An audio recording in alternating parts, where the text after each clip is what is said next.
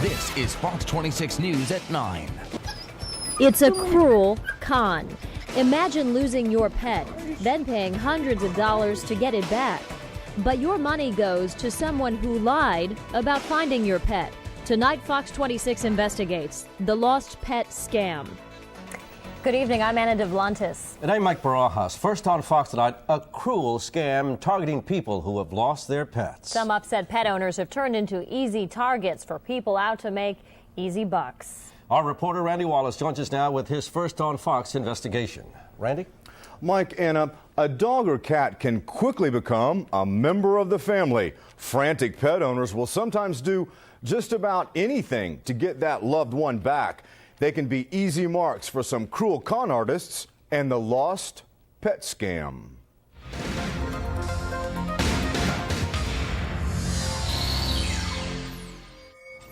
Hey, have you seen my dog?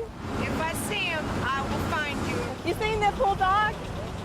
Got a $1,000 reward out if you do. You've lost your dog and you're desperate. And when you lose one, you'll do just about anything to get them back.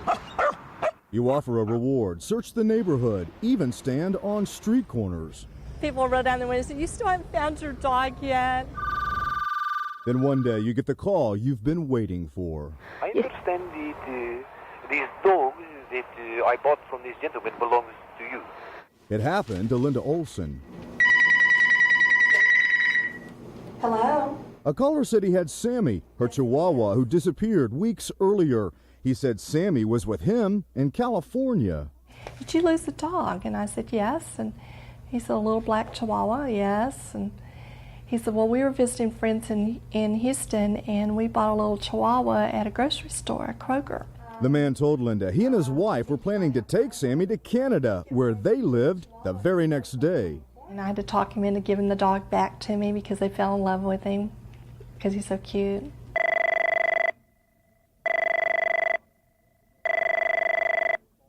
The man called Linda more than a dozen times, claiming he didn't want the reward, just money to cover his expenses. The $500 he paid for Sammy, plus $200 for vaccines. Linda contacted Western Union and wired the man $700. He told her he was putting Sammy on a flight to Houston. And he's supposed to come in at 9:46. She waited at the airport, but the little four-legged passenger never arrived. At first I cried and I cried and cried, but at this point I'm just mad. Linda says her other dogs miss Sammy too. She's the victim of a cruel scam. You a good boy, rascal. When we found out about these con artists, we wanted to catch one in the act. This was our bait. We made our own lost dog flyers, offered rewards, and put ad after ad in the newspaper. It took months, but we finally got a bite. And I received a call from a gentleman asking if I had lost a dog. Nancy Dunham, the wife of a Fox 26 photographer, posed as the owner of our imaginary lost pet, Princess the Poodle. When the con man called, she was ready with a tape recorder. Princess seems very sad. She's so sad. No. The dog just lays there. It's like it's very, very sad. You can see it. They were suckering me in is what they were doing. The caller said his friend had Princess, but they were about to take the poodle to Canada. See, they took the dog and got a physical to be able to take it back to Canada with them. Uh-huh. They arranged for the airfare and bought the cage and everything. The caller claimed they'd spent more than $1,000 on Princess. So you're going to have to give me my money back. Do you understand? I understand. But instead of wiring the man and his friend $1,100, we sent only $20, and Nancy got an angry call back. I think he wants you to keep your $20 and he'll keep the dog. I think that's what he wants to do, because I think he was very insulted by that. What would you say if I told you there was no princess? I don't understand what you're saying. Well, if I told you there was no dog, what would you say to that? Well, we have one. After listening to our tape, Linda Olson had no doubt it's the same man who called her. They play on your emotions, and it's one of the cruelest things they can do. Since both calls came from the San Francisco area, we contacted police there. They say they've heard from pet owners across the country, but it's a hard crime to solve. These kinds of cases are difficult because most of the activity that takes place is on the telephone.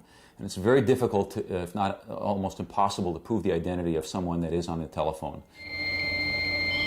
It was easy for the con man to find us and Linda through our newspaper ads, which can be found on the internet. If someone claims to have your lost pet in another state, SPCA officials say be skeptical, especially if the caller wants money. You might ask them if they would be willing to take your pet to a local shelter who would help with the cost in bringing your animal home to you. As for Linda Olson, she still hopes one day Sammy will find his way home. People lose their pets all the time, and they don't need to be subjected to people that act like they have their pets and fall for it like I did.